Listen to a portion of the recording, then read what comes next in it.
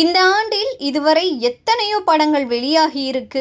ஆனா ஒரு சில படங்கள் மட்டும்தான் பேசும் பொருளா ஆச்சு. அப்படி பலரால் பேசப்பட்டு வரும் படங்களில் ஒன்றுதான் தக் லைஃப். மணிரத்னம் இயக்கத்தில் கமலஹாசன், சிம்பு, அபிராமி, த்ரிஷா ஆகியோர் நடிப்பில் வெளிவந்த தக் லைஃப் படம் பெரும் தோல்வியை சந்திச்சுது.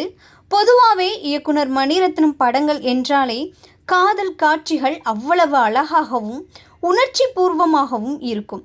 அப்படி உணர்த்திய படங்கள் தான் மௌனராகம், அலைப்பாயுதே, குஷி, ஓகே கண்மணி, நாயகன் மற்றும் காற்று வெளியீடை போன்ற படங்கள்.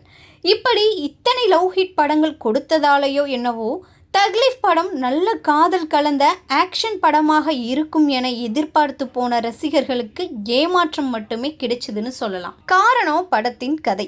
ஒரு சில படங்களுக்கு ஃபர்ஸ்ட் ஹாஃப் நல்லா இருந்தா செகண்ட் ஹாஃப் நல்லா இல்லாமல் இருக்கும். ஆனால் இந்த படம் ஆரம்பத்தில் இருந்தே ஒன்றும் இல்லை அப்படின்னு ரசிகர்கள் ஃபீல் பண்ணாங்க. சரி, படம் தான் இப்படி, பாட்டுக்காவது படத்தை பார்க்கலாம் பார்த்தா 2 பாடல்களை அதில் கட் பண்ணி இருக்காங்க. குறிப்பாக முத்தமலை பாடல். இந்த பாடலை சினிமாவில் தீ பாடியிருந்தாங்க. ஆனால் ஆடியோ லான்ச்சுக்கு அவங்களால வர முடியாததுனால சின்மயி பாடினாங்க.